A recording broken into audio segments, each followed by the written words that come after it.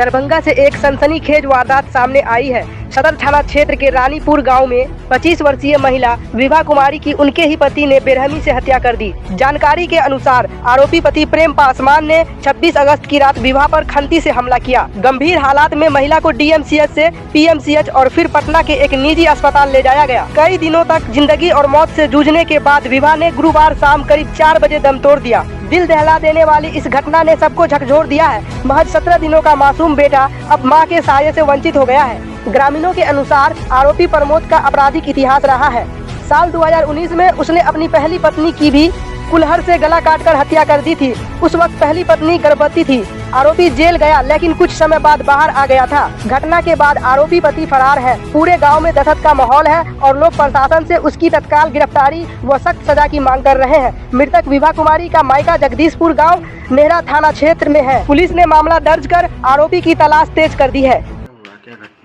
Ward number Ranipur panchayat के अंतर्गत रानीपुर गांव बेला में विगत दिन 26 तारीख को प्रमोद कुमार पासवान ने अपनी पत्नी को खंती से अपने माथा पे उनको वार किया और वार करने के बाद वो यहाँ से खंती लेके ही भाग गए।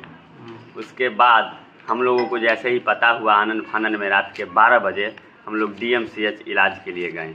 वहाँ से हम लोगों को रेफ़र कर दिया गया पीएमसीएच जाने की स्थिति में बहुत ज़्यादा उनका हालत गंभीर हो जाने की स्थिति में हम लोगों ने उनके पटना में ही एक इमरजेंसी हॉस्पिटल में प्राइवेट में भर्ती करवाएं। उसके बाद कल शाम को 4 बजे में वो डेथ हो गए। अच्छा, जानकारी है कि उसकी पहली पत्नी को भी वो मार दिया हुआ था। हाँ, 2019 में उसका भी शादी हुआ था, जिसके फिर उसकी पूर्व पत्नी जो थी वो भी गर्भवती थी। उसको भी कुल्हड़ से काट दिया गया था। उसको स्पॉट ही मर्डर वो उस समय में यहाँ हो गई थी। फिर उसके 1 साल 2 साल बाद उनके गांव वाले ने उनका शादी करवा दिया और शादी करवाने के बाद फिर यह उनके पास जन्माष्टमी दिन उनका एक बेटा हुआ था। वो बेटा होने के बाद चौरचन पावन दिन 26 तारीख को उनको सिर पे खंती से वार कर दिया गया। जो आनन फानन में हम लोग डीएमसीएच ले गए, लेकिन डीएमसीएच में रेफ़र कर दिया पीएमसीएच जाने वक्त में बहुत स्थिति गंभीर हो गई। हम लोग उनको वहाँ रखे, लेकिन ब्रेन का ऑपरेशन भी उनका परसों हुआ था। ऑपरेशन होने के बाद कल उनका स्थिति और गंभीर हो गई, जिनकी उनकी मृत्यु हो गई। वार करने के पीछे वजह क्या था?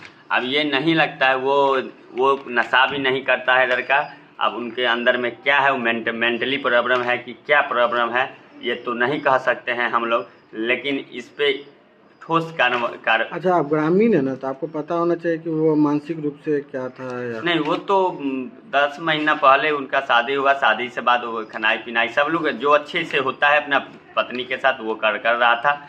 और बच्चा होने के बाद क्या हो गया उसको पता नहीं चला। रात में वो सोई थी और उसके बाद उसके खंती से आके उसके ऊपर माथा पे सिर पे वार कर दिया गया। कौन सा थाना अंतर्गत आता है? ये सदर थाना अंतर्गत आता है, रानीपुर गांव न्यू एयरपोर्ट के बगल में। जो लड़की